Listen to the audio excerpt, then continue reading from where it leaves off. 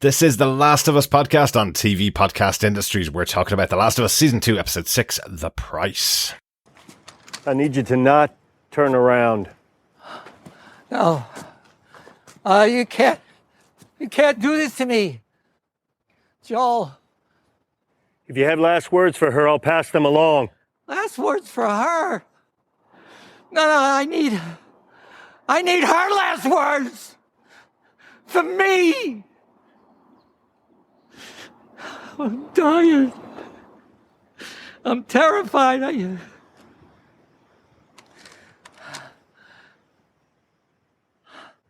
don't need a view.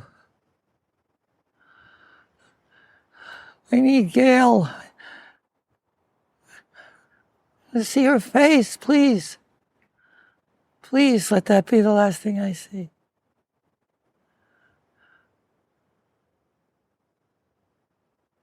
If you love someone, you can always see their face.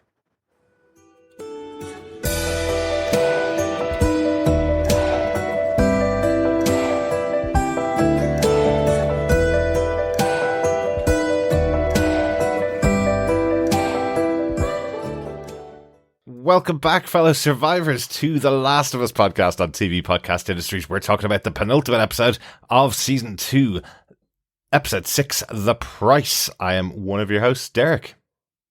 Hello there, fellow survivors. I am your other host, John. Yes, welcome to The Price is Right. Well, yes, or the second Last of Us as the penultimate episode of the second season of the show. Indeed. Did you hear Craig Mazin apparently this week has said that they can't complete the story in 3 seasons, that they have to have a 4th season to complete the story? Interesting. Yeah. Very interesting. I know they'd always said that they'd spread the second game over at least 2 seasons, but I didn't imagine it was going to be over 3 seasons.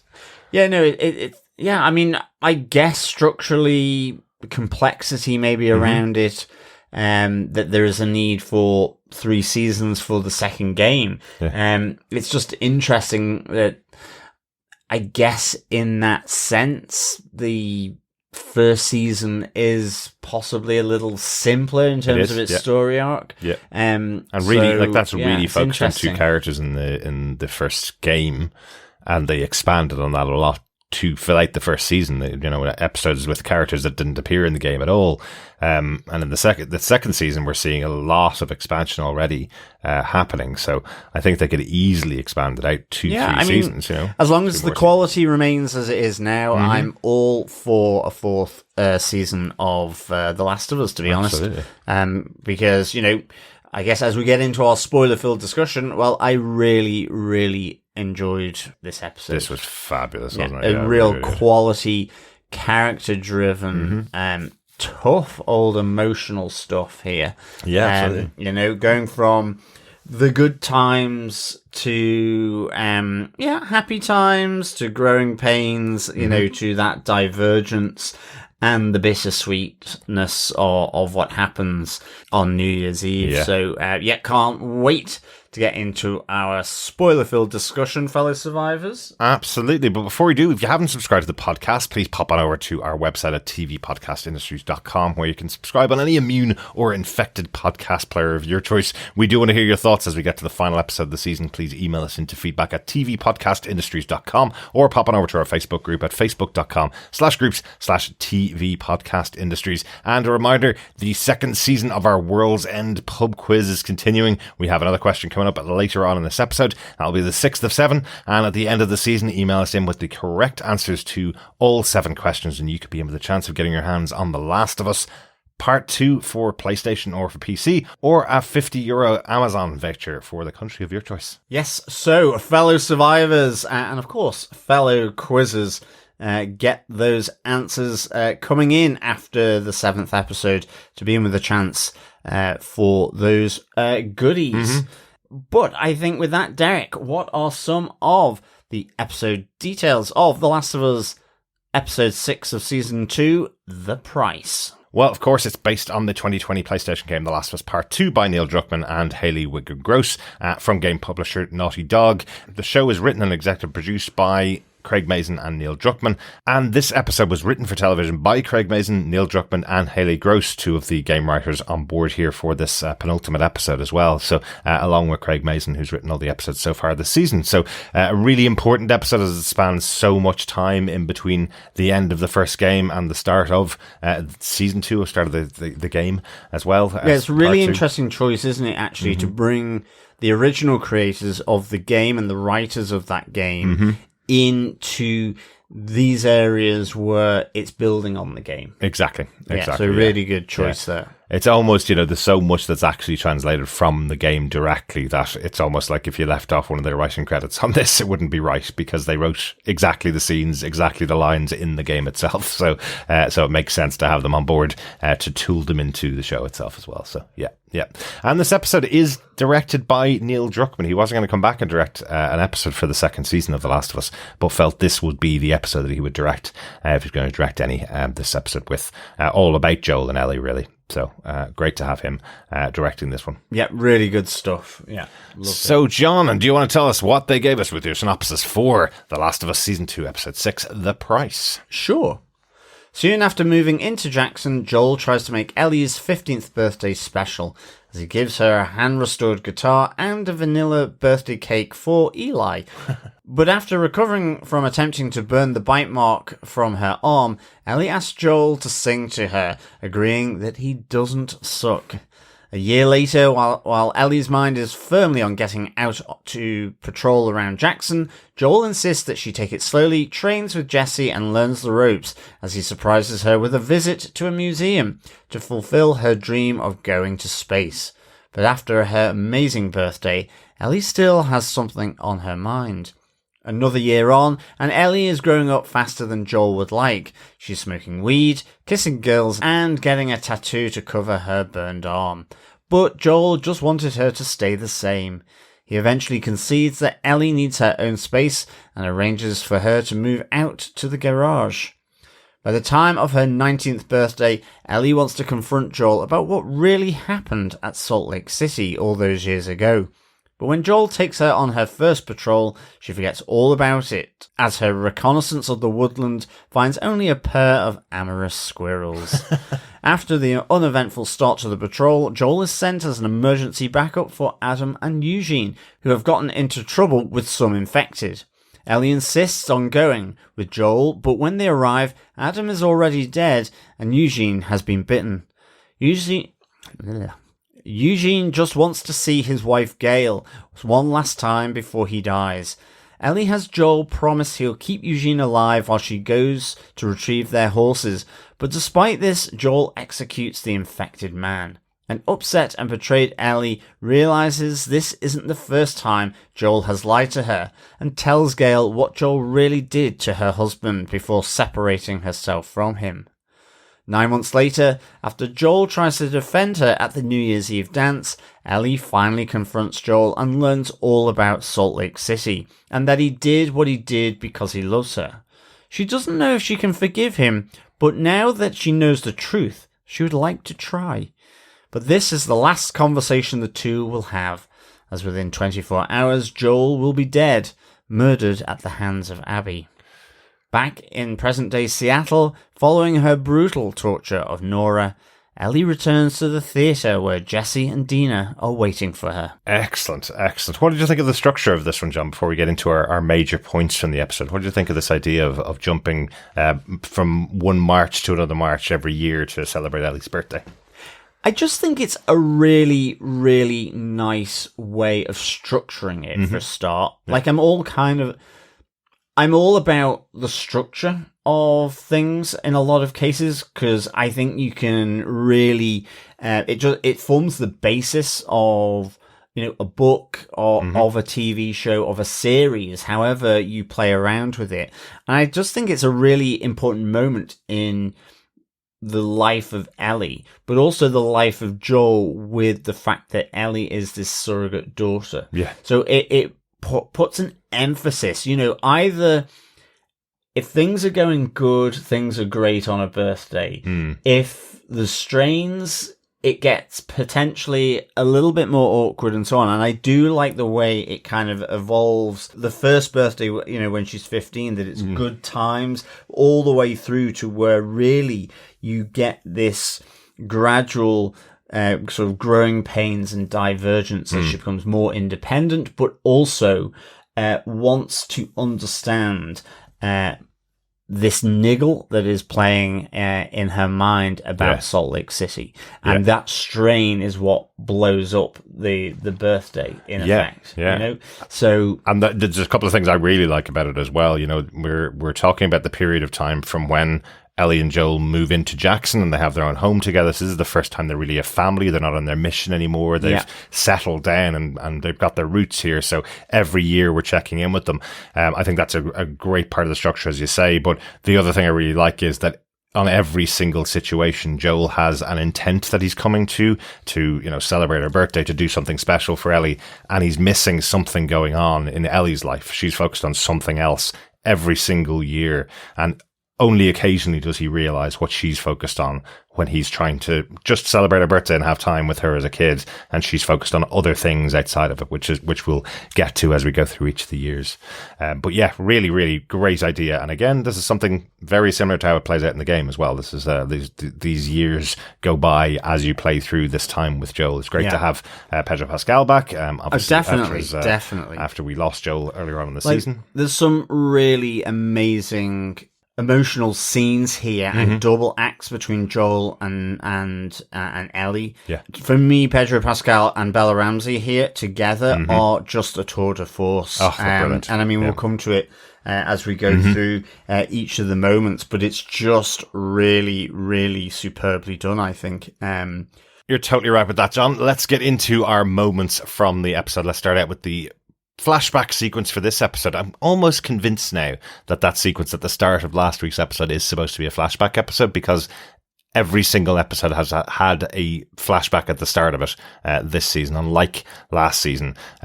Everything has gone back a few years. Yeah. So here in this flashback sequence, we get some time back in 1983 in Austin, Texas, with the young brothers, Tommy and Joel. Tommy, once again, in trouble. It just reminds me that in that first episode of The Last of Us Season 1, how it opens is Tommy's in prison and Joel has to go and help him out. Here we are in Season 2, Episode 6, the penultimate episode of Season 2, and we've got Tommy getting himself into trouble once again, and Joel being the one that has to save him. He's going to take the blame for it because apparently their father is very violent and is going to take the belt out on Tommy, and Tommy doesn't want to get punished for the thing he actually did. So Joel's going to take the punishment for him. He's saying to him, I'll explain it to him. You go into the room when Dad gets home. I'll sort it out. And that leads to a really interesting conversation with Joel and his dad.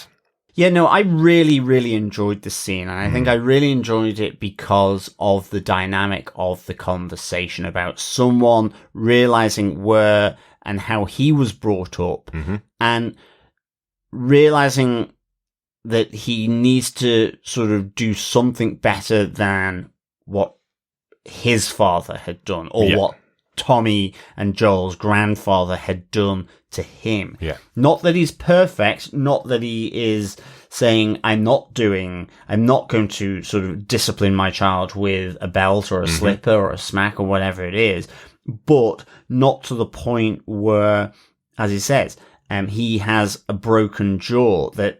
That's not sort of a disciplining, that is a full-on punch that he describes that his grandfather gave to him that broke his jaw. Yeah. It was wired shut for 2 months. And this is the story he tells, and he goes, maybe I go too far, but I don't know, but I'm doing a bit better than my father did. When it's your turn, I hope you do a little bit better than me. Yeah. It's just that tiny increment that he talks about. Yeah, that's probably what's so frustrating and what works so well in the conversation. He's trying to justify the fact that his kids are terrified of doing anything wrong because they'll get beaten by him.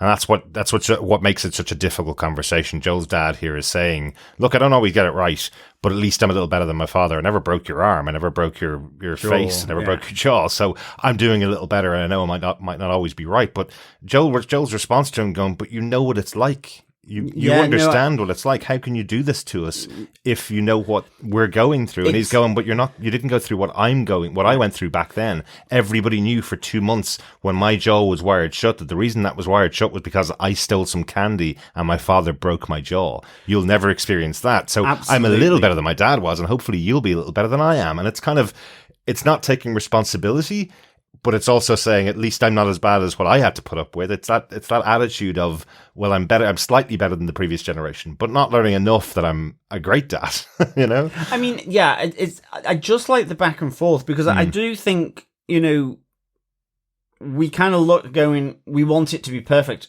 We want it done now. But I think a lot of things in life are incremental. I'm not saying that his dad is right to have that view, but if it gets to Joel being the good father, where he doesn't hit, that incrementality, sometimes just passes through the system, and it's that collective effort of little increments. It is, as much as laws being passed or more widespread societal view, but that's ultimately what leads to it, is that little by little, the idea that violence is a good means of disciplining children, and what level that is, gets reduced. And I think, so in a sense, he's wrong, but there's an element of right in him that's coming out as well. And I really like that, because I do think it's a really complex story it is often overlooked, in these tales. It's just that he's bad. I mean, the interesting thing is he doesn't hit them in this case. He's had that conversation. So maybe after that it changes. And I think the other side of this that's really interesting is that on the flip side is the scene is so incredibly tense. Like, I think when he gets up to go for the beers in the fridge, I just thought I was going to clip him, hit him. All the time, the tension that really plays through with this as to whether he's going to beat Tommy. The other side of it is, I guess, being in the police, that side of it is an interesting dynamic in this situation. In that he does ask, what have you done? He does give them the opportunity to say the truth, and he lies, and he knows that. So, I mean, the other side of it is, like, I guess, is that element as well. I've spoken to the colleagues that picked up the guy that you hit, and I've spoken to him. Don't treat me like a fool. Exactly. I'm not coming in here half baked around, what's happened. I know what's happened. I want you to tell me the truth. And it's interesting, and I think this whole point here, and this flashback, it resonates to, I guess, what ultimately is our final point of this podcast around the 9 months later, around the incremental change, but also the fact that you have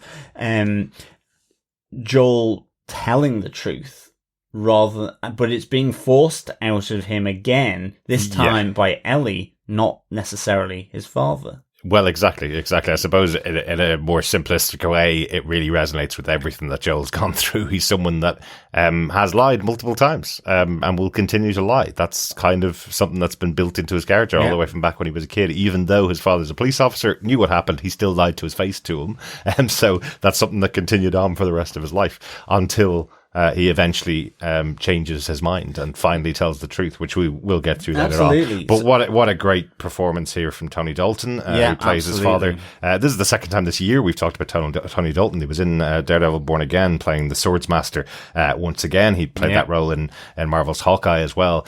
So seeing him twice this year in two very different roles is really interesting. But what great casting. He feels like he could be the father of Pedro Pascal. Definitely. It's just so well done. I found it fascinating, and I think the fact that it links to that final emotional moment as well is just a point of of genius, really, for me. I really like that bookending of this episode with this flashback and then, you know, in a sense, the flashback to New Year's Eve that we saw at the start of this second season. But I think it's a real fascinating dynamic around family dynamics, around the use of, you know, physical disciplining, around the idea of saying, you know, of lying, telling the truth as opposed to trying to cover it up, and just the difficult generational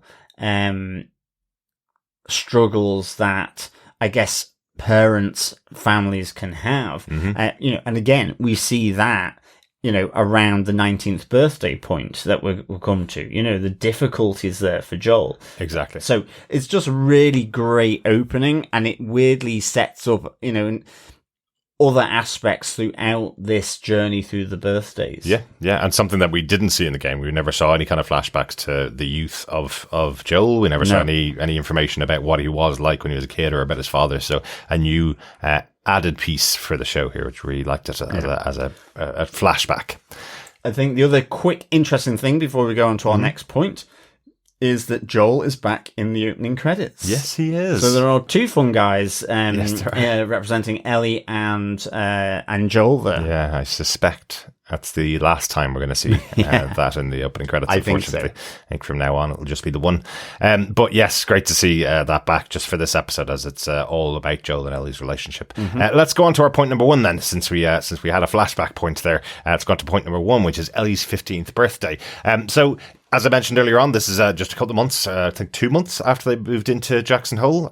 It starts out with Joel going to the bar, Seth, the bar owner, who plays a pivotal role towards the end of the story. But he's behind the bar and he's going to be making a birthday cake for Ellie in exchange for some Lego that Joel's been able to source.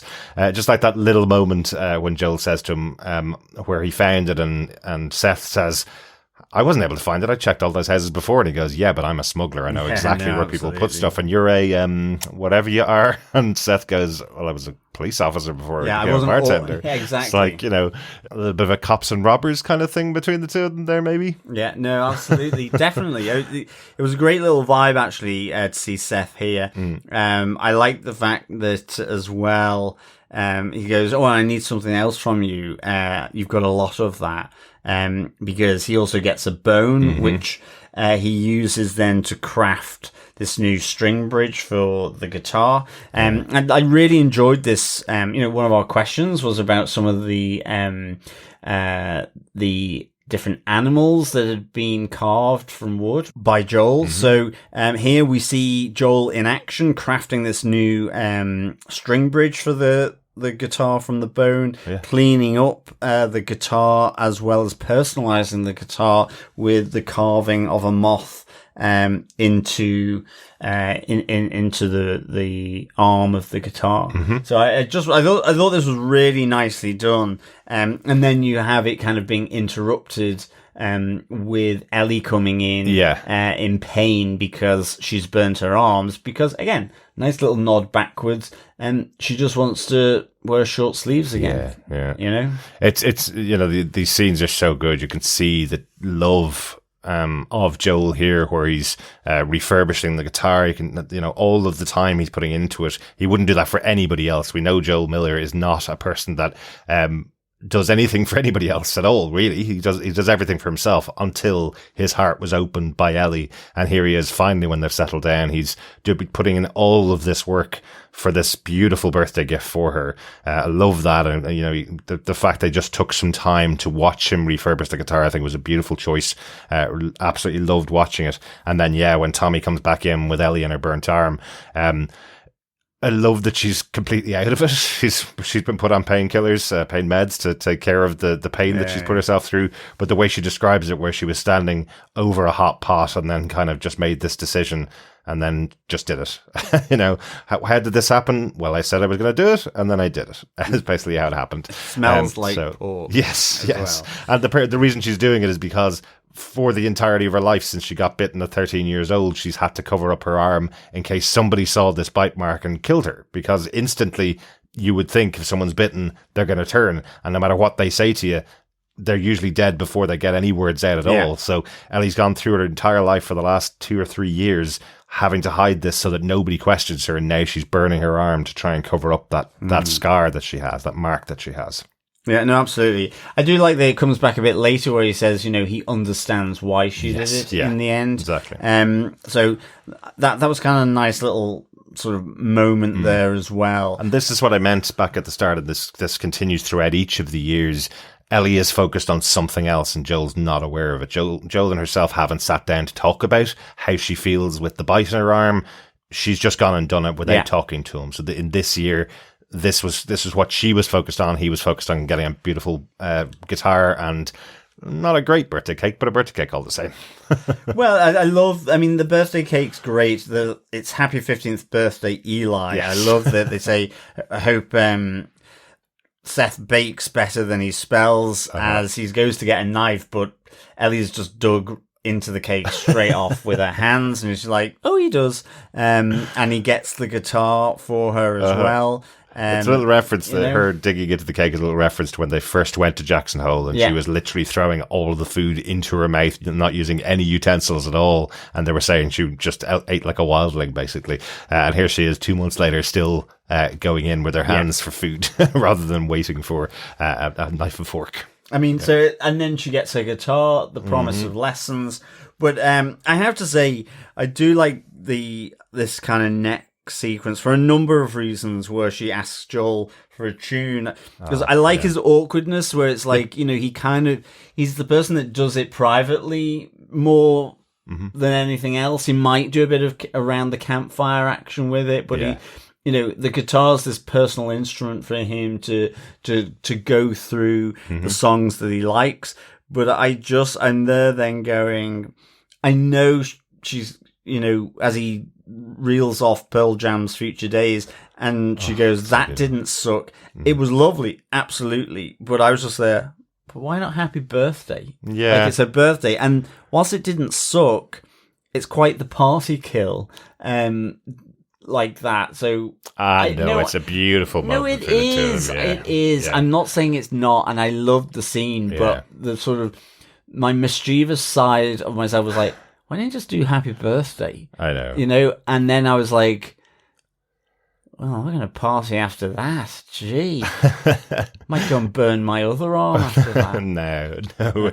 I think it's an absolutely beautiful song, and it is all about the lyrics. It's all about what's in Joel's heart that he's singing through his voice and singing through the guitar. I can't remember whether we know from the game or whether we know from the show that Joel had said that what he'd always wanted to do with his life was to become a singer. He wanted to be in a band and he wanted to be a singer. He knows how to play guitar really well. So that's always been something he was interested in. Yeah. And this song is about, him being able to see the future days together, just the two of them. Now that they're settled down, have their own home, he's singing this song to her about the fact that he can see a future together. It wasn't that long ago that Joel was burning the body of a child. Absolutely. Who come into town. He'd lost all connection with humanity. He then lost everybody that he loved, and the only person left with him was Ellie, and then he killed for her. So now he's settled in a town with a house and can see the future days with her. I think it's a beautiful moment where he's just channeling that love directly out through the guitar with Ellie. I think it's beautiful. Yeah, but it's really interesting you say that. The fixation is on Ellie because in the town is his brother, and it kind of plays to that conversation that he has with Tommy's wife a bit later on, which we don't see originally in season 1. So that this is another perspective, point of view during that time at the dance on New Year's Eve, where she's kind of trying to remind him that you're our family as well. Yeah, exactly. We're family. Well, that bit was closing out the conversation that Maria had with him in episode 1 of this season, where Maria said he was a refugee just like all the people he's trying to keep out of Jackson Hole because he doesn't feel they can build the town out quickly enough.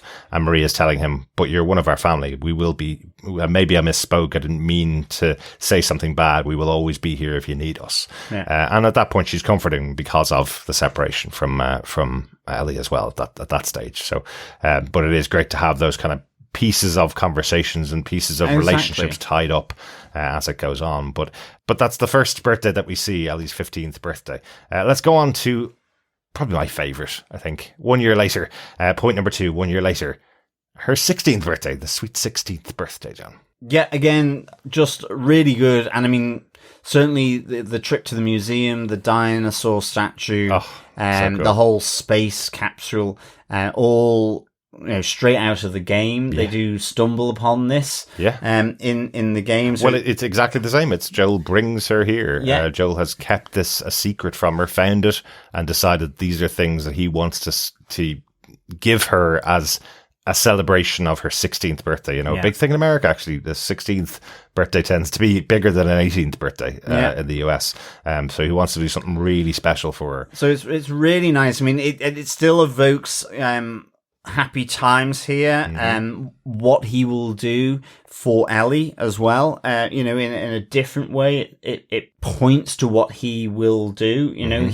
The cassette tape that he gives her to help with the experience is like, you don't want to know what I had to do to trade to get that. Yeah. But equally, there is a memory triggered in this moment as well for Ellie that is then effectively going to bring them down the slope, into the trough, from this high of her 16th birthday, which is really, really good. Like, I really just like the thing of where he says, do you want to go into space? And gets into that, opens up the hatch and he goes, well, you're going to need a helmet, pick one. Yeah. Because when he went and picked up the rock, I was like, what's he doing? Yeah. But it's to smash the glass so she can pick one. So I just thought, I like that. I like that sort of slight displacement of what he means, I guess. Yeah. Really, I liked it a lot. I love the fact then that you get brought into Ellie's imagination, and with the cassette player, the Walkman, playing the countdown from the NASA mission, as you go to blast off. And it's just so well done, where you get lost in her imagination. Yeah. Her, in a sense, this almost idea of childlike imagination of what it's like to pretend to be going into space. Except she's in a real rocket capsule. Yeah. You've got the audio of NASA's countdown, and it's just really, really so well kind of just done. I mean, I was kind of beaming, thinking this is such a cool present. It would be great, to get something like that. Hint, hint, Derek. It just feels so real, and like it reminds me of my childhood memories of, the exploration of space that you kind of were told about through NASA and all that. So it was really, really good. Loved it. Absolutely. And again, this is just another build on Joel's love for Ellie. This is another year on. They spent another year living together. And we learnt in season 1 about Ellie's love for space. She loves comic books that are set in space. That's the thing that she collected all the time. We know that she loves Sally Ride. That's the person that she loves most. And Sally Ride was an astronaut. So Joel's built out a picture of her over the course of this year of all the things she absolutely loves, and is taking her to this place which has all of those things and making it really special, even though it's very unlikely that humans in this world will ever get back to go to space again. He wants to give her this kind of experience, and I think is just fabulously put on screen. There's the balance between the two things as well. In the background, Ellie's talking to him about why can't she get out on patrol? She's really strong. She's able to fight like she was when the two of them were out on their own. On her 16th birthday, she's asking Joel for the present of being allowed to go out on patrol with a gun and go out and take care of infected. And Joel's able to clamp all that back down and put her into her special place where she's able to use her imagination to go out into space. Like, that's so cool that he's able to do that and get her back to that childhood wonder, exactly as you say, John. I think that's really cool. Yeah, I do like the awkward conversation as well as they go there, where Joel thinks that Jesse and Ellie are an item and they've got something going for one another. And he says, what about the birds and the bees? And you mean what? The dicks and vaginas?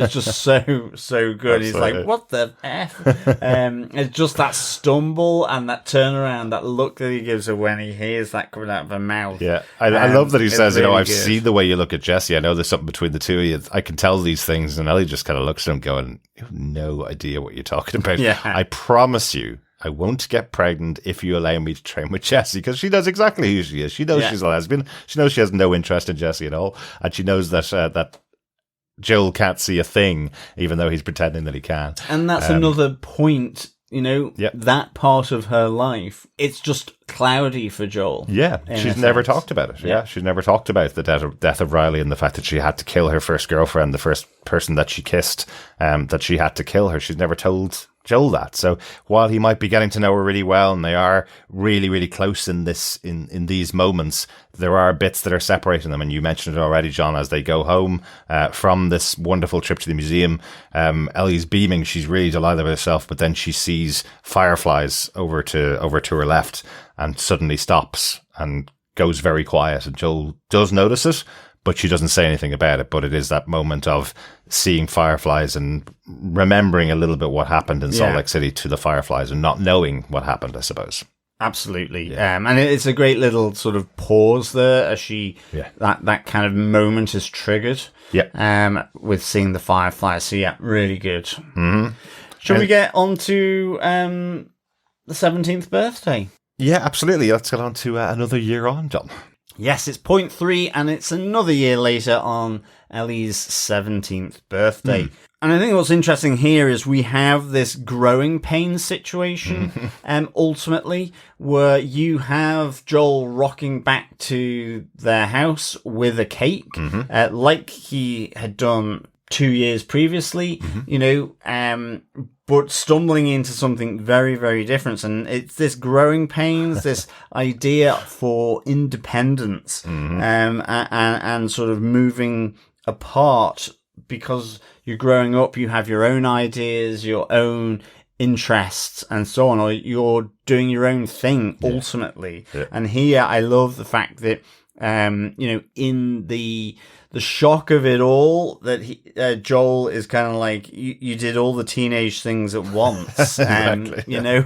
Drugs, tattoo, experimenting with girls, sex, all this, all happening at once. And it's kind of like this tsunami has rocked his world, that it's not this sweet, innocent Ellie that reminds him of the daughter that he's lost. Because she is frozen in time in his memory at that age. Yeah. Ellie is dynamic because she's getting older and older. And again, I think it's to the point of the birthday motif. It's like, this is no longer Sarah from season 1. Yeah.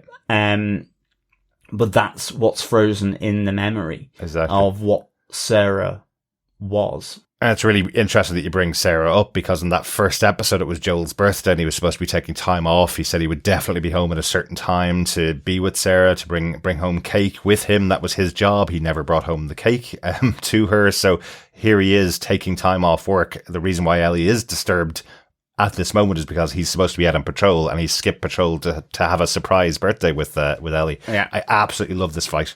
Because it's probably the fight that I had with my parents around this age as well, where the expectation of Joel is so much different to Ellie's actual life. The fact that he even says to her, you're experimenting with girls. Again, we know Ellie's long since known who she is. She knows she's a lesbian. She has had girlfriends before. She's not experimenting. She's fooling around just like anybody else would be, just happens to be with a person of the same sex. So that's the instant pushback. And then you have that phrase that parents around the world say, you're living under my roof. This is my house. These are my rules. And Ellie's pushback on that is fantastic in this situation, where it's like, no, it's not. It's our house. They gave us this house. You've done nothing for it. Both of us have an equal right to set the rules in this place. Yeah, there's a really interesting sort of way, an attack. It's like, we were given this by the community. This is not yours. this is ours and you've done nothing. You didn't, never bought it and so on. It's also as well, immediately after Kat has left and all that, and she goes, she runs through, I'm sorry I did that, except I'm not. Yes. Like, you want me to say that, but I'm not sorry for this. So you've got to change your viewpoint here as to why you're angry and what you will permit here. Exactly. Now, Ellie, of course, is pushing boundaries. There are things that, of course, Joel should be pretty angry about her smoking weed in the house. That's probably not something that he's going to put up with anyway. But they do need to work together. And again, this is something really interesting. When they were on the road together, and it was Ellie and Joel side by side, there were moments that they became partners where they worked together and they were watching each other's backs the whole time they were on the road. Like, remember back in season 1, Ellie had to save Joel's life. Joel wouldn't even be here if it wasn't for Ellie. She had that responsibility of taking care of him until he got well again. And here she is being treated like a child when she feels she should be able to be the partner of Joel at this stage. The and we should be have treated that equally. Conversation sort of explicitly stated later on, when Joel goes to rescue Eugene. So Exactly. It's a really good moment. But, as a result of all this, Ellie, sees that natural progression. Well, it's time for me to get a place of my own, which... because the garage is so bloody huge, it can be the garage. I love that she tries to move out in the middle of the night, though. And it's pouring down as well. Yeah, exactly. Like, Joel kind of going, right, okay, just get the mattress inside. There's no point in going outside. There's no heating out there. It's raining outside. So it's just the absolute frustration of Ellie thinking that this person is trying to control everything that she does. She's trying to push back against it. But they do have a conversation. And then Joel kind of realizes, maybe I should give her own space. Maybe I should set up the garage so that she can move out there. Yeah, and I just think, is this the little bit better than me element, where he does sort of just allow her that space, that's what he permits. I know in the first episode, there is that talk that, well, I did that and, maybe it was too much too soon. But in this moment, he does, through that conversation, go, well, yes, maybe you do need, but let me fix that up, so that you've got water, heat, light, because at the moment it doesn't. So I do kind of like that conversation, The other thing that comes out over this is that the tattoo that Kat is drawing on her is of a moth. Yeah. And he gradually gets the meaning of that moth with the conversation with Gail, which again, the psychologist, which is just superb. It absolutely is. Like, Catherine O'Hara is just so fantastic. And I wonder how long she spent on set, because she gets, a moment here and there each episode. She gets a couple of minutes here and there. But I love how they drop her in. I love that. In last episode, we had Tommy, or the episode before, we had Tommy walking up to her while she was at the baseball game and sitting down beside her, having a beer, getting some psychotherapy from her. Here we have her reading her book in the coffee shop, and Joel walks up to her going, do you know anything about moths, about, dream theory about moths? Is it, is it about rebirth? Is it about moving on and changing? She's like, no. If you believe in that crap, like the stupider members of of my kind of medical profession. Dreams, wasn't it? Yeah. If you believe in that kind of crap, well, then moth means death. But I like that there is the confusion here. So his kind of understanding dreams 101 is that it's actually a symbol of change, metamorphosis and growth. And she's like, well, no, that's a butterfly. A moth is a symbol of death. Of course, if you believe in that shit, effectively. So I like that. I do also like the initial sort of introduction there in the coffee shop where he comes up to her straight out the blue and she's like, do I have a Doctor In sign around my neck? Like Lucy from Peanuts. So really good. But ultimately what he learns here then, it's a darker meaning than what he thought it was. For him. It is about death, that she, not growth and change. Yeah, absolutely. And if you saw the stuff that Ellie's packing up, some of her drawings when she's packing them up in her room, one of the drawings that she has, or one of the pages of drawings of moths, written on that is, you have a greater purpose. and that's something that plays out later on when she has her conversation with Joel. She believes that she could have had a greater purpose. Maybe she should have died at some point when she got bitten back in the past. So what's her greater purpose is kind of the thing she's struggling with. And I guess a lot of people struggle with that during their teenage years as well. What is my purpose? What am I here for as well? So that's what Ellie's going through. Yeah, absolutely. Let's get on to our fourth point. 2 years later this time, we have Ellie's 19th birthday. Yeah, it seems like that move out to the garage has helped Ellie and Joel's relationship. She has her own space now. Definitely. She's not seeing him as much as she was in the past, really. But it does open here with Ellie thinking about Salt Lake City once again. This is now 5 years on from Salt Lake City. Yeah, absolutely. Like, she wants to understand it, and she's writing down her thoughts. She's writing out the questions that she's wanting to understand from that moment in Salt Lake City. Yeah. And which in that moment is interrupted by Joel knocking on the door for this time on her 19th birthday. She has taken this advice of patience and so on and training to go on their first patrol together. Yes. And I do like the moment, those two on the road, in a sense, out on their own. Yeah. And he asks her if they can do more stuff like this because it's like before. It's almost like a nostalgia. Yeah, absolutely. To where they were sort of on the road fighting for their life day in, day out. That camaraderie that happens as a result of that. And that by becoming sedentary, now he's that divergence, that drifting apart. He feels that possibly more acutely than Ellie. So yeah, and I kind of get in the writing itself as well that it's not explicitly said, but we've said it. It's been 3 years since Ellie asked to go out on patrol. Yeah, and she's not been allowed by Joel. She's been prevented from going out on patrol.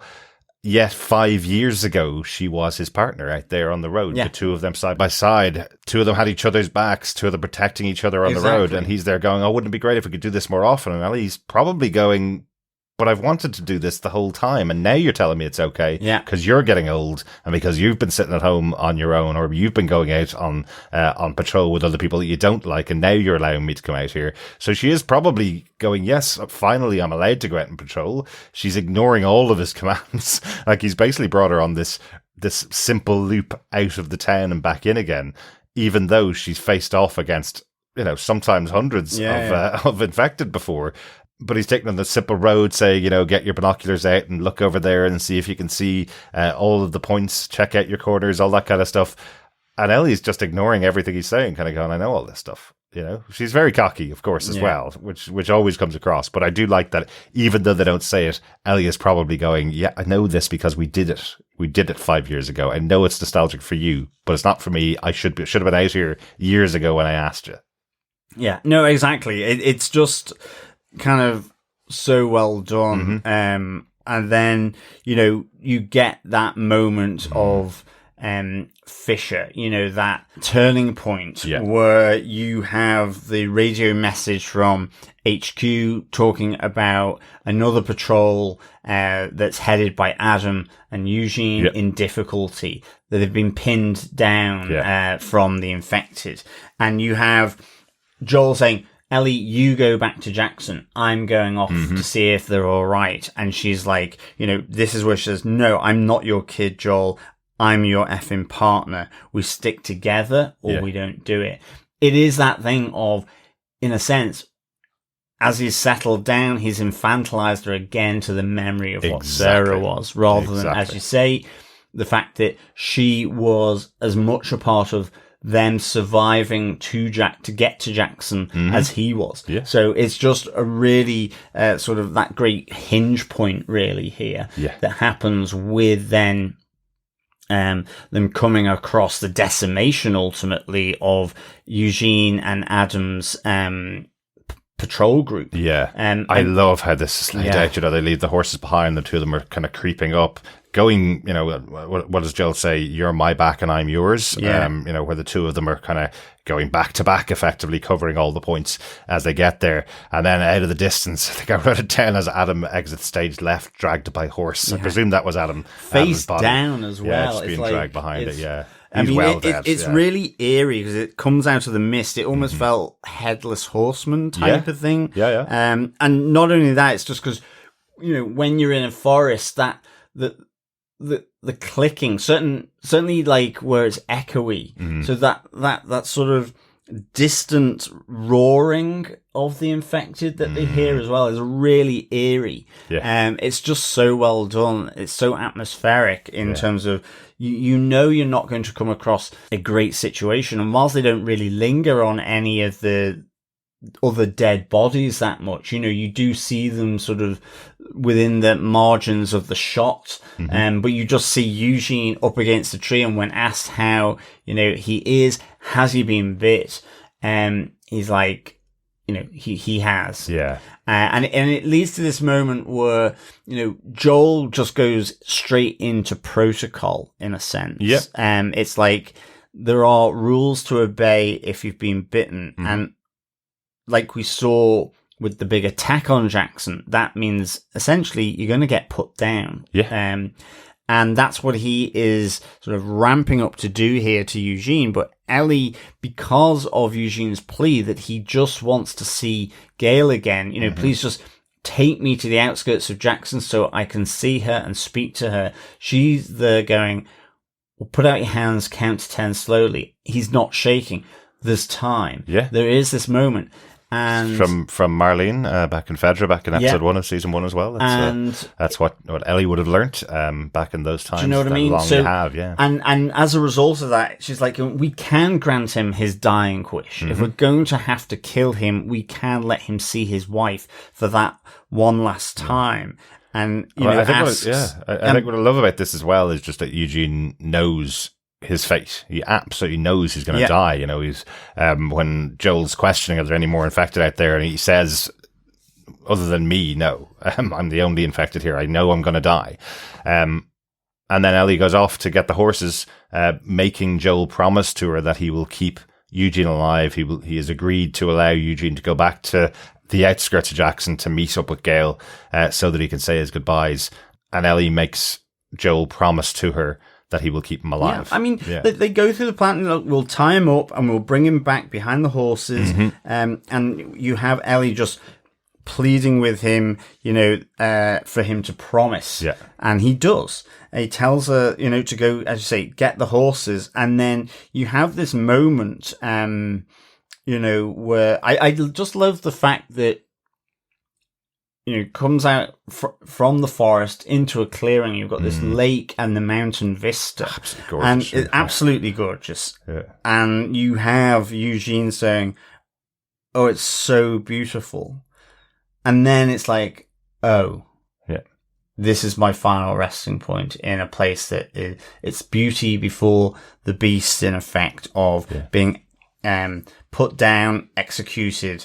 But I do like that, you know, part of this conversation is not just he wants to speak to Gail for the last time, but he wants to hear what she has to say to him whilst he can still remember and comprehend it. He wants the last thing to see to be the face of his wife, and he wants to hear her final comforting words to him because he is terrified. This is the whole thing about everybody's story mattering, you know. The character here, Eugene, is played by Joey Pantoliano, a very well-known actor who's been in so much stuff. And the reason why you get someone with that much experience in there to play a role that's only on screen for a couple of minutes is because he adds an extra layer to the character that you wouldn't get from somebody else that you've never heard of before, or you may not get, let's say. Here you've got Eugene, who has all the lived experience of being an older person with a wife where they've spent their entire lives together. And it's in every margin of every word that he says that he just wants to see his wife's face one more time and get her comforting words for him. It's just a beautiful moment. And you can tell that Joel's heart is breaking, but he has to do it in his mind. that is the protocol. That's what he agreed to by being in Jackson. And if they'd gotten too close and Gale had gotten bitten and then the infection had spread within Jackson and many people had died, It was all Joel's fault. That's the way he is. He is, to everybody else other than Ellie, he's uncompromising. Yeah. And he's right to be risk adverse in this situation. He is holding the line. It's like you hold the line outside of Jackson. But it's just heartbreaking, and that tension between no, these are the rules. I'm really sorry. And it is hurting Joel, but he has the hard heart of having done this plenty of times. I mean, as you say, season 1, he was putting people who had been killed into the fire, you know? Yeah. So he is used to this kind of protocol since the Fedra in Boston from the first season. Yeah, absolutely. Absolutely. One of the things I also loved about the staging of the scene is as the camera is looking from behind the trees, we don't see Joel shoot the shot, kill Eugene. We do see Eugene's body afterwards, but we don't see him shoot the shot. We don't even hear it. We just see the birds flying up as he's obviously pulled the trigger. Yeah. And then Ellie arrives, learning that Joel has gone against his promise. And then they, on the way back to Jackson with the body of Eugene behind the 2 horses, just like Joel's will be in a couple of months' time, they go back and he's trying to explain to Ellie, well, we're not going to tell Gale exactly what happened. We're going to tell her exactly what she needs to know and only that. And he makes up a story. He makes up a story that he tells her that firstly, her husband, Eugene, was very brave, that he chose to not put anybody in danger, and that he killed himself. All 3 of those things are wrong. He loved her. Yeah. That was true, though, of course. Yeah, no, absolutely. Wished he could say goodbye to you in person. He wasn't scared. Everything to sort of buffer Gale from the reality of the death of her husband. Yeah. And you just have Ellie coming straight out and contradicting everything that Joel says, and saying he promised us both, me and Eugene, you know, that he would come back to see you, and he shot him in the head, you know, and she mouths to him, you swore. And this is the kickoff point. This is, you know, it's that realization that the same expression, the same kind of vibe or feel or gut feeling or whatever around Joel promising something to be true, or something that he would hold to be true, keep true, ends off not being true. He goes against it. And that's the moment that Ellie knows, That's the moment that Ellie absolutely knows that what happened in Salt Lake City is completely different to what he swore to her actually happened. All of the questions that she had at the start of this day, the 19th birthday, all the questions she had, she's right to have them because none of it was true. And I think what's really, like, this whole scene is really, really difficult to watch as well, because you have Gale hugging into Joel because of what he said to her, and then recoiling when you have Ellie's sort of interjection and contradiction of everything Joel's just said. Yep. You know, she slaps him. It goes back to that moment earlier in the season of her saying to him that she hates him. Yeah. And the reason why. Exactly. And even though, you know, with time, not to say that she's necessarily forgiven him, but she knows that it was the protocol of Jackson. She does, and what she's saying is if he had come back and done what Eugene had said, given him an opportunity to talk to his wife, and then even if Joel had shot Eugene in front of Gale when they came back to Jackson, I think Gale would have been okay with that because she knows the protocol. Yeah. But promising her husband that he'd bring her back and then shooting him in the head and promising Ellie, all those things are just wrong, you know, to her mind. No, I totally agree. But it's interesting that Ellie instantly flips on Joel. She doesn't want anybody else to go through the questioning that she's gone through for these 5 years either. So it's not really for Gale's benefit. It is for her. She is absolutely on fire here with the idea that Joel has lied to her for this long, and she gave him those multiple opportunities. If you remember back to season 1, and the reason why it was shown at the beginning of season 2 as the opening for this season, she gave him multiple opportunities to tell her what really happened and to swear to her that what he's telling her is the truth. And he did. And when he eventually swore to her, when he eventually said everything behind him said to her, I swear what I'm telling you is the truth, Ellie went, well, okay then. As long as you swear, then whatever questions I have, I'll put them to the back of my mind. Yeah? But here she is now, and it's been confirmed to her that he's been lying to her all of these years. He's been trying to make this beautiful life for the two of them, been trying to make these great birthdays for her every year, and been trying to keep her like his little baby girl the whole time. Yeah. Yet underneath it all, he's been lying to her about the situation. And that's it for Ellie and Joel for 9 months. Yeah. Let's go on to our final point 5. 9 months later, New Year's Eve, and the final confrontation between Joel and Ellie. Yeah, no, absolutely. I think this is really sort of, it's the bittersweet sort of start of reconciliation in that nick of time, but ultimately doomed given what happens on New Year's Day. But like that. I like the fact that scene where she comes back from the New Year's Eve party and he's on the veranda sort of playing the guitar.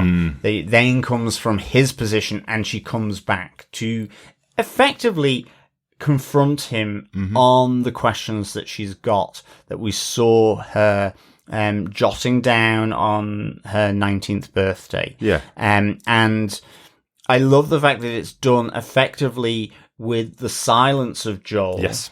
And I mean, it's just such an emotionally charged scene. Like the two of them just knock it out of the park in terms of just how they portray this. Yeah. It's almost like Joel starts to do like small talk around Dina.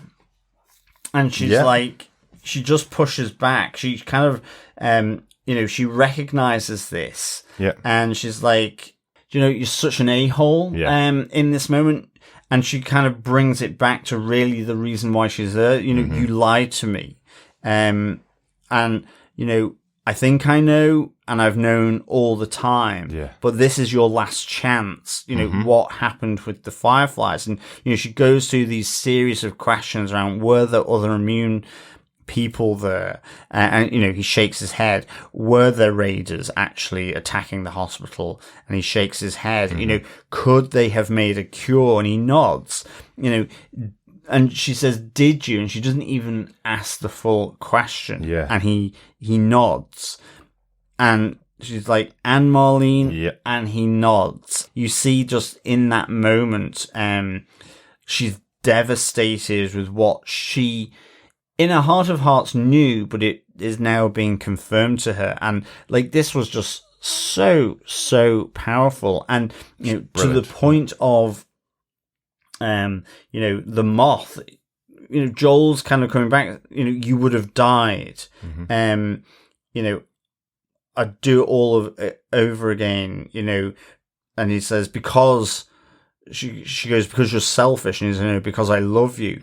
But it's also just the fact that, she comes back with, you took it away from me, my purpose. Yeah. And everyone's, her Away purpose. from me and everyone else, The death that she has missed, that she has dodged by what Joel did, was her purpose. But also, everyone has lost the cure. Yeah. And I just like that, unbeknownst to Ellie, that's a realization that her and Abby have, that a cure was lost. Yeah. But Abby's known it for much longer. It's something that Nora refers back to her when she realizes you're the immune girl. Yes. This notion that it's real, that it was this real possibility. That it's a possibility, absolutely. Yeah, yeah. And I think in this situation, it is Joel going, he knows, or at least he knew in his mind when he took the action he took, that it's a very real possibility they could have made a cure, but she would have been dead. And, we've talked about this conversation back and forth. Would it be possible? Is it possible? In that particular situation, would they have been able to create a cure out of Ellie? Well, it's not about the rational thought as to whether it could be possible and the scientific improbability of it happening. It's about the fact that Joel made his decision, knowing in the room that there's someone that he has been told can make a cure. He chooses to kill that person and kill everybody else around them just to save Ellie's life, and says to her he would do it again, no matter what, even if he has to pay the price, which is she will cut herself off from him. At least she's alive, and he has kept her that way. Yeah. That's what he says. It's an amazing distillation of everything that's been going on in their relationship over the course of the years and over the course of the 2 seasons. And it's fabulous. It's just, it's phenomenal. I love as well then, if you understand one day when you have one of your own, I hope you do a little better than me. And me, as you say, that distillation of both echoing his dad's comments to him, to also it implicitly that this is all happened because I lost my daughter. Yeah. As well. Yeah. Yep. That's another huge driver here. Yeah. That as a father of a kid, but in this case, a daughter, very much like you. Yeah. Who never got to Ellie's age as well, And I think just the response then from Ellie, again, it's such great writing. It's like, I don't think I can forgive you for this. And there's just that pause, and it pans to, Joel's face. And I mean, Pedro Pascal, I don't know, he must have chucked Vic Vapor Rub in his eyes, the amount of welling up he's doing. Yeah. It's so phenomenal. Yeah. But I just like that little pause, that focus on him, and then she says, but I'd like to try. It's like an element of hope in a doomed situation. Yeah. That I now know the truth. I've probably known it for some time. You're a douchebag, an a-hole, all that kind of stuff. You're selfish. Yeah. I don't know whether I can forgive you, because forgiveness requires some level of understanding. It requires that empathy, but I'm willing to give it a go, and let's see how we get on. And if you remember, the follow-up to this conversation actually happened in episode 2, when Ellie's woken up by Jesse to go out and patrol the next day after the New Year's party and after everything that happened. And all Jesse had seen was Joel and herself had a massive fight in front of the whole town, and Ellie's telling him, well, sometimes that happens, but I think we're on the path to being better again. And all Ellie wanted to do was go out and patrol with Joel that day. So this is the moment of hope between the two of them. But also more than that, this is the moment where Ellie reveals that she has grown into an adult over all of those years, when Joel has just wanted her to stay the same little girl that he's there to protect. She's become an adult. She's able to understand what happened. She's able to take on board, even though she may have known a little bit in the back of her head, she's able to take on board all of the choices that he made to get her here. And the choice that he made on that day, while she can't instantly forgive him, she's not going to fly off the handle now that she knows the truth. She's going to try and accept him now again. I'm going to try and build on that relationship, but she's not going to have the opportunity to do that. No, exactly. The tragedy is that the hope is taken away by Abby. Yeah. But it's not known at that moment. Yeah. I think it's also, it confirms when Ellie says to Nora, I know. Yes. I know what he did. Yeah. Effectively, he's told me. Exactly. Through a series of shakes and nods. And I do think that's what I really like about this story from The Last of Us. There's no world-breaking revelation in the story the way that it's told. There's no moment where you go, oh my God, the big cliffhanger this week is that Joel tells Ellie something that she never knew happened. Well, no, she knew it happened, but she's willing to forgive him for it. That's the big revelation, that she's grown to a point where even when he tells her the worst thing that happened, he's told her, and that in itself has built a bridge with her. But the big moment of the story is she can't continue to reconnect with this person that she loves because it was all taken away by Abby. Yeah. And then the episode ends, really cutting to present day in Seattle, with her in the rain returning to the theatre after whatever happened with Nora. We saw last week that she was going to get whatever information she was going to get out of Nora by torturing her. And now we can I guess next week we'll see what happened. We'll find out what information she got from Nora. But this has all led to explaining why Ellie is on such a vendetta against Abby. Yeah, it's nice in a sense that it ends back in Seattle after this. To be honest, probably needed that because it was just so emotionally draining in terms of this crescendo of emotions. And I think, it's, as you say, it's a lesson in writing about complex situations and characters and relationships. And sometimes that's overlooked. And this is done in a way that is really the complexities of it. And I think with the flashback at the start, it's just adding and layering in new elements. Exactly. Which is great. Yeah. Yeah. Yep. Any notes about the episode, John? Anything else we hadn't mentioned that you want to pull out and talk about? No, just to say that Tommy's nephew calls him Mr. Grumpy. Uncle Grumpy. Uncle Grumpy. Yes. So, good night, Uncle Grumpy. I like that little touch there. I think a couple of my nephews might call me that as well. I like that little touch there. No, I don't think I do, actually. I probably missed a ton of stuff, but I mean, I do think it was really just so well done. Yeah. Yeah. I had just a couple of little things that I wanted to mention. I love that moment in the space module or space capsule, the tear that comes down Pedro Pascal's face when he realizes he's done something even more special than he thinks he's done. How proud he is in that moment with Ellie, I think, is just absolutely beautifully captured. And then one other thing that I noticed on my second watch, I'm wondering if the decision that Joel made to kill Eugene, which isn't the point of the episode, of course, but he makes a decision to kill Eugene on the way home, I think. It's just when Eugene's walking in front of him and says, they make you cold, the cordyceps make you cold, and then goes, which way do I go from here? It's almost like the cordyceps are starting to infect his brain. As we know, that's how the cordyceps take over. They go through the human brain. Eugene is someone that's been here a very long time. We know he's the one that set up in the 7-Eleven, he set up the weed stash there, right? So he's been down all of these paths all the time. And I wonder if in that moment when Eugene's saying, which way do I go? And Joel says, go to the right. It's almost like Joel's made a decision going, that's a sign. He's already turning. I'm going to send him down here, kill him before anything bad happens. I think that's a really interesting point. I think it's one... Yeah, I think that could be right. Yeah. Because I do think Joel acts on instinct a lot of the time, so he may not have been actually lying to Ellie in that moment when he says to her that he's going to keep Eugene alive. He doesn't go out of his way to keep Eugene alive, but he could have killed him a couple of seconds after Ellie left, if that's all he was waiting for, was just for Ellie to go. But the minute he saw a sign that Eugene was turning, it looks like that's the moment he chose to kill him. Yeah, no, I think that's a good point, yeah. There you go.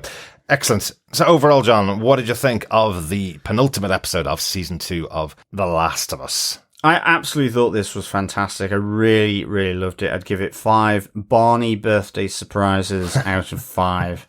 Barney birthday surprises? The dinosaur. Oh, Barney. Very good.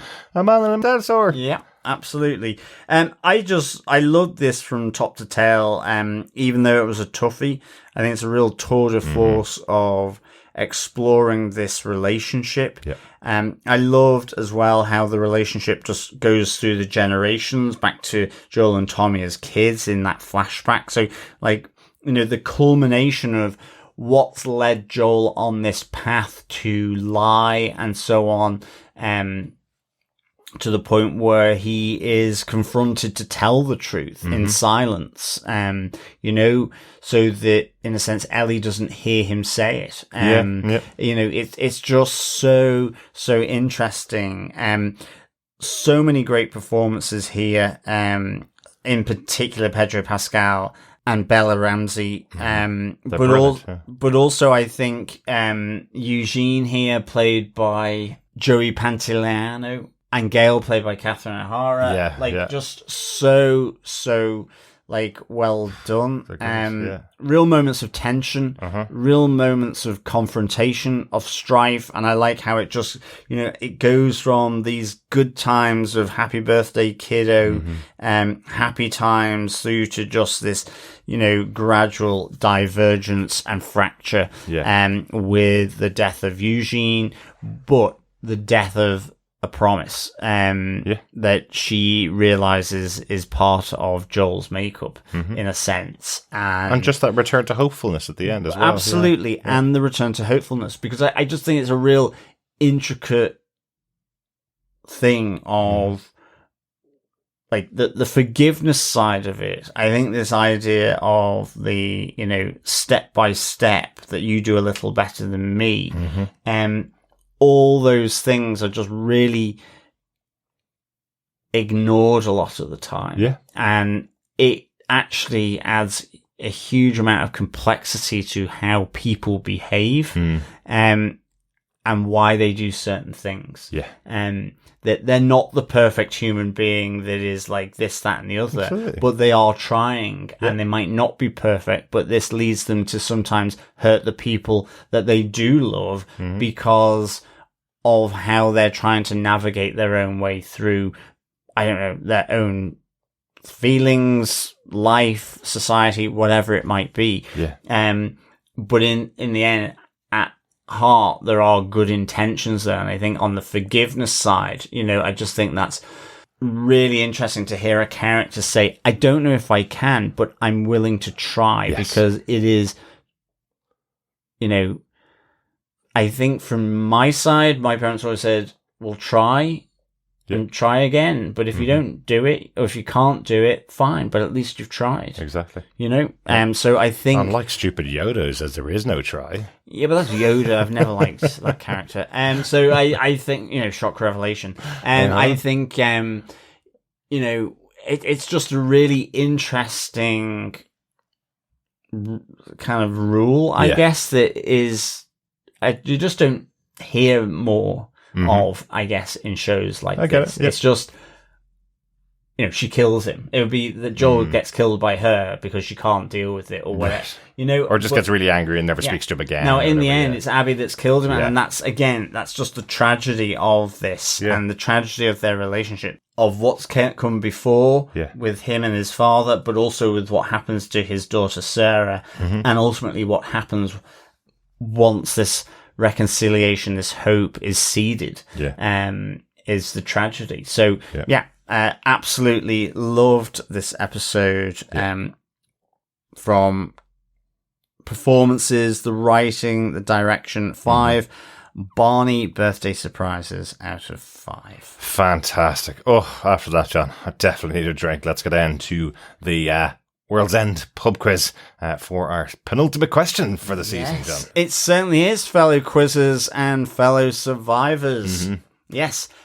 We are on the penultimate episode, and so we're on to question number 6, which is, what 2 flavours of cake does Joel get for Ellie's 15th and 17th birthdays? Yes. Fantastic. An easy question. We needed an easy question for this one. I think so. So for Eli's birthday and for Ellie's birthday, what type of cake is it? Yes, and indeed. Just simple ones. Don't want to get all the ingredients. Just what we saw on screen and what was mentioned on screen. John, do you want to give us the question one more time? Yes. What 2 flavours of cake does Joel get for Ellie's 15th and 17th birthdays? Fantastic. That's your 6th question of 7. Next week, you'll get the 7th question. And after that, send us in your correct answers to feedback@tvpodcastindustries.com, and you could be in with a chance of getting a copy of The Last of Us Part 2 on PC or PlayStation, or an Amazon voucher, depending on what's better for you. Looking forward to hearing your answers. Yes. Good luck, fellow quizzers and fellow survivors. But moving on from the World's End pub quiz, we move to our feedback. First up on email, we have John Daniel, who says, hello, survivors. I have to confess, this might be the first post-apocalyptic show I've given a real chance. Right. I think I didn't want to imagine a world like this, so I avoided it. I realise I have been missing out. This show is a masterclass in characters and storytelling. I think the single tear going down Joel's face in the space capsule says it all for me. And this episode, so much love, so much heartbreak. When Ellie says he lied to you, he lied to us, I think I may have forgotten to breathe for an long, long time. I've been listening to the official podcast too, and it sounds like they're well into what the story will be in season 3. So I'm not expecting much in the way of resolution in the finale, but I'm certain it will be gut-wrenching. See you next week. John from Chicago. Excellent, John. Great to get your thoughts on this show and this episode. Absolutely. And I could not agree with you more. Yeah. So much love, so much heartbreak. Yeah, absolutely. You know, we know we're not going to get the entire story resolved next week, and it sounds like we might even get another season after that, but that doesn't mean there isn't going to be something big happening at the end of next week. I feel like it might be a big cliffhanger about what happens, or a big story moment before it moves on to the next season. So I'm concerned about next week. I do think it's going to be gut-wrenching, as you say, John. I think it's going to be a bit of a dark ending for this season, since we know a third season's coming back. So they don't have to pull their punches and expect that we're not going to turn up for it. We will turn up for a third season. But yeah, it's been an amazing show. It's interesting. This is the first post-apocalyptic show. I think I've been such a big fan of shows like The Walking Dead, which went on for 12 years with multiple spin-offs, that have had a lot of post-apocalyptic stories. We even covered Why the Last Man on here, which is another post-apocalyptic comic book show. So I quite like a good old post-apocalyptic show. Yeah, I do. Yeah, it's just the idea of taking society away and seeing what people are like without all the trappings of the day-to-day life is a really interesting idea for a show. When done well, of course. I mean, even like Fallout, you know? Yeah, that's another great one, yeah. Yeah, there's quite a lot of them. There certainly is. Thanks so much, John. Yeah, thanks, John. We also have some feedback in from Philippe over on Facebook, who says, is it humanly possible to cry more than I did watching this episode? The museum scene was chef's kiss. And it's great that they had Eli realize it was a lie through the Eugene situation, rather than by having them go back to Salt Lake. That's a really good point, you know, having Ellie go back to, I love that you called her Eli there as well. Very good, Philippe. But having Ellie go back to Salt Lake City and investigate the situation would be a standard way of doing it, wouldn't it? In some of their shows, she'd go back and find remnants of, you know, the battle that went on, and find out that all the bullets came from Joel's gun or something. You know, that would be a way to find out. But here, it's done in the conversation between them, and in her realization that he's lied to her again, using the same way that he lied to her in the past, you know. It's a really interesting way to do it. No, definitely. And Felipe, I totally agree. Museum scene was a chef's kiss. I think the veranda scene was a chef's kiss. Which is brilliant. As well. Just for different reasons. And just sort of at those different ends, you know, or towards those different ends of the spectrum of, you know, sheer happiness to sheer just heartbreak.